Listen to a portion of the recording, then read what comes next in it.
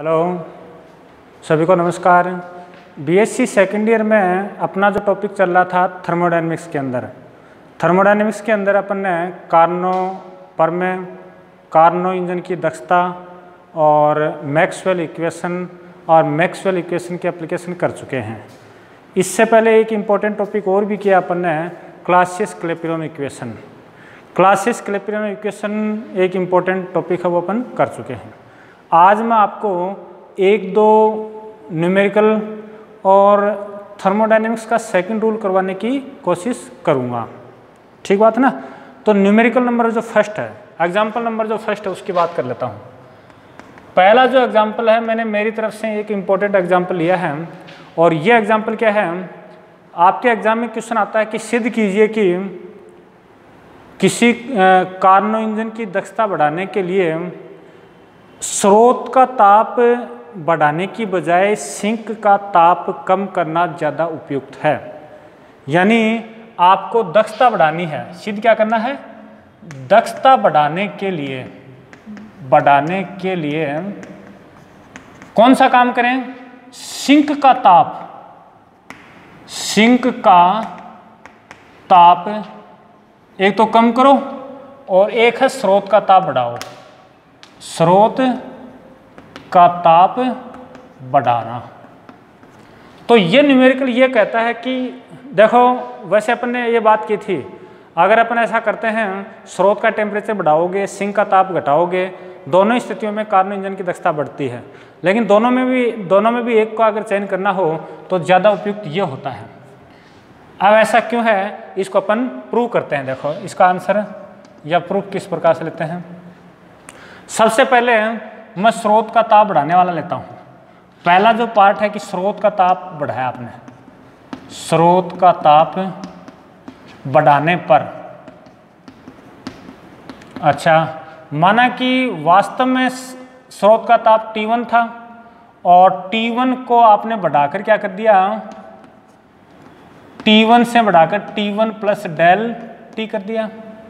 Sink का temperature पहले भी T2 था और बाद में भी आपने कोई छेड़छाड़ नहीं की, तो कार्नो इंजन की दक्षता है, वो दक्षता क्या हो जाएगी, ईटा फर्स्ट इक्वल टू, अपन लोग ये जानते हैं 1 माइनस T2 अपॉन T1 होता है, 1 माइनस T2 अपॉन T1 होता है।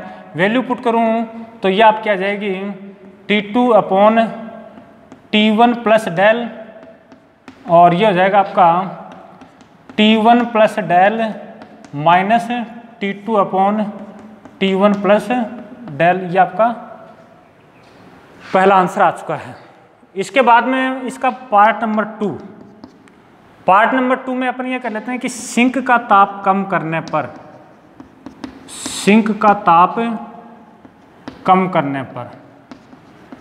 किस प्रकार से कम किया अपन ने, वो लिख देता हूं। स्रोत के टेम्परेचर में कोई चेंज नहीं किया आपने, यानी T1 की जगह T1 ही है। आपने क्या किया, सिंक का ताप T1 से घटाकर T2 से घटाकर T2 माइनस डेल T कर दिया। यहाँ पर ध्यान देने वाली बात यह है कि ये वृद्धि और ये कमी दोनों बराबर लेनी है आपको। फिर बाद में दक्षता, उस दक्षता को नाम दे दिया मैंने ईटा सेकंड, और ईटा सेकंड इक्वल टू क्या लिखूँगा, अपना फॉर्मूला वही है। वैल्यू पुट करेंगे इसमें हम, तो ये आ जाएगी 1 minus T2 minus del T upon T1, और ये मान जब रखते हैं तो ये आएगा T1 minus T2 plus del T upon T1। अब मेन बात है कि अपन को ये देखना है इन दोनों में से ज़्यादा कौन सा है, कम कौन सा है, तो इनका अनुपात निकालो। तो अनुपात के लिए eta first upon eta second, eta first और सेकंड, फर्स्ट की वैल्यू थी T1 plus del T minus T2 upon T1 plus del T। इसका ईटा सेकंड की वैल्यू रखी तो T1 upon T1 minus T2 plus del T। थोड़ा गौर करके देखें तो ये दोनों बराबर हैं, तो कैंसिल, तो ये क्या बच गया आपके पास में, अपने पास में ये बच गया कि eta first upon eta second that equal to आपके पास आ गया T1 upon T1 plus del T. इन दोनों से जब आप देखो तो T1 की बजाय ये ज़्यादा है, तो इसी से मैं क्या लिखूँगा कि ईटा फर्स्ट तो है कम और ईटा सेकंड है वो क्या है ज़्यादा।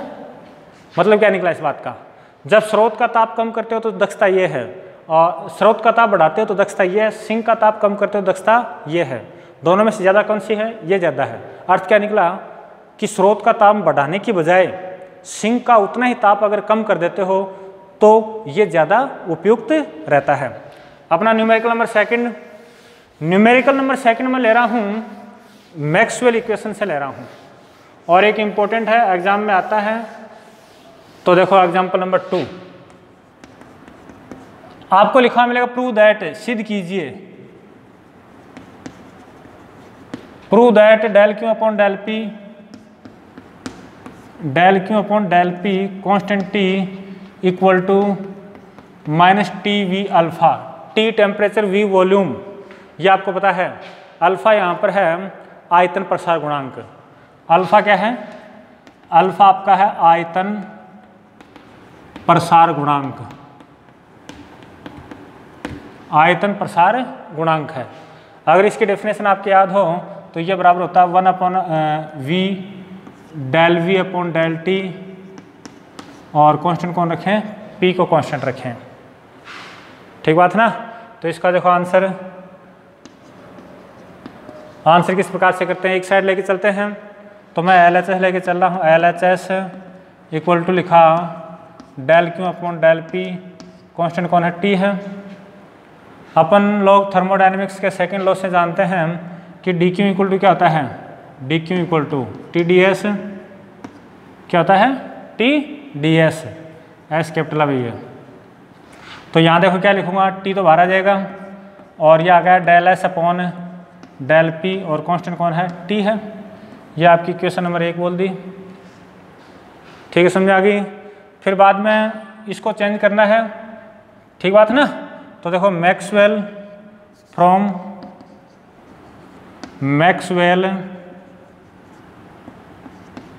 Maxwell's fourth equation. अब दिक्कत आती है कि पहली, दूसरी, तीसरी, चौथी याद आना चाहिए।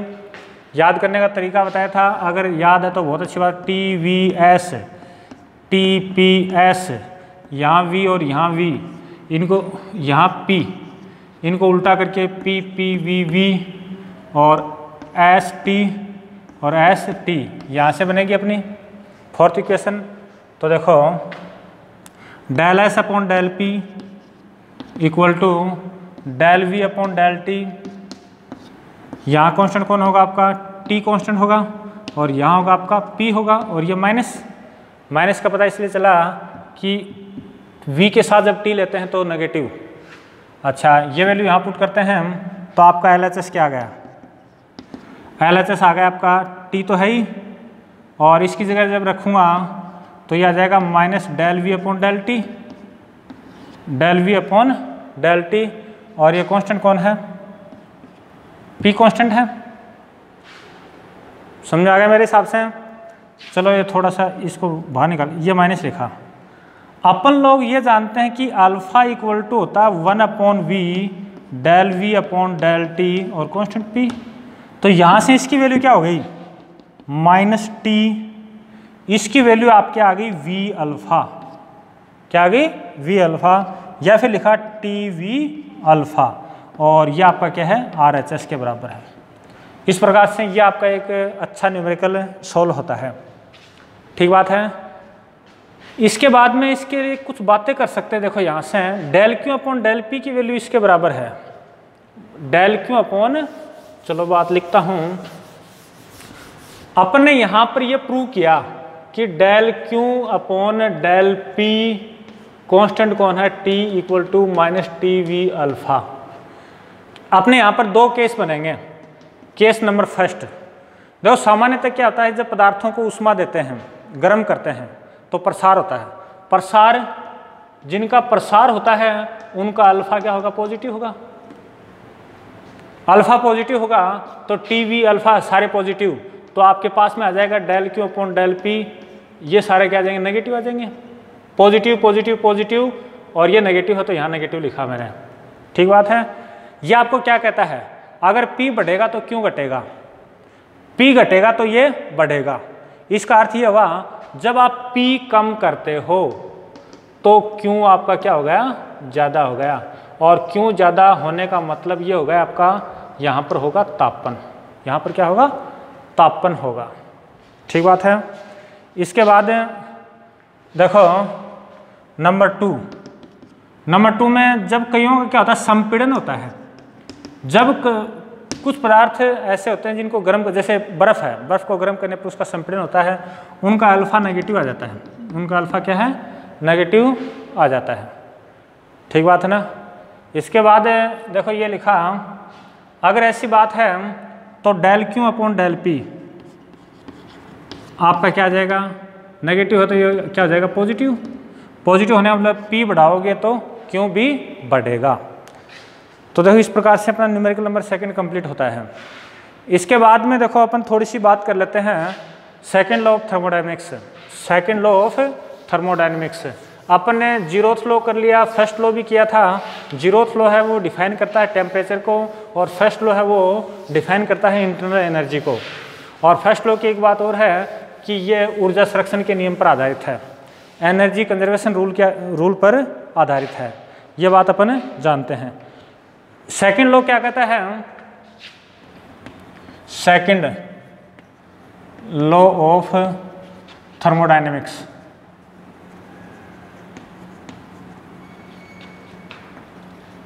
इसके 2 स्टेटमेंट हैं। स्टेटमेंट नंबर फर्स्ट है प्लांक वाला।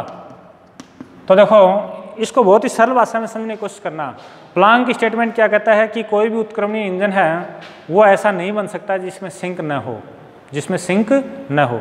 यानी ऐसा कोई भी उत्क्रमणीय इंजन नहीं बनाया जा सकता जिसमें सिंक न हो।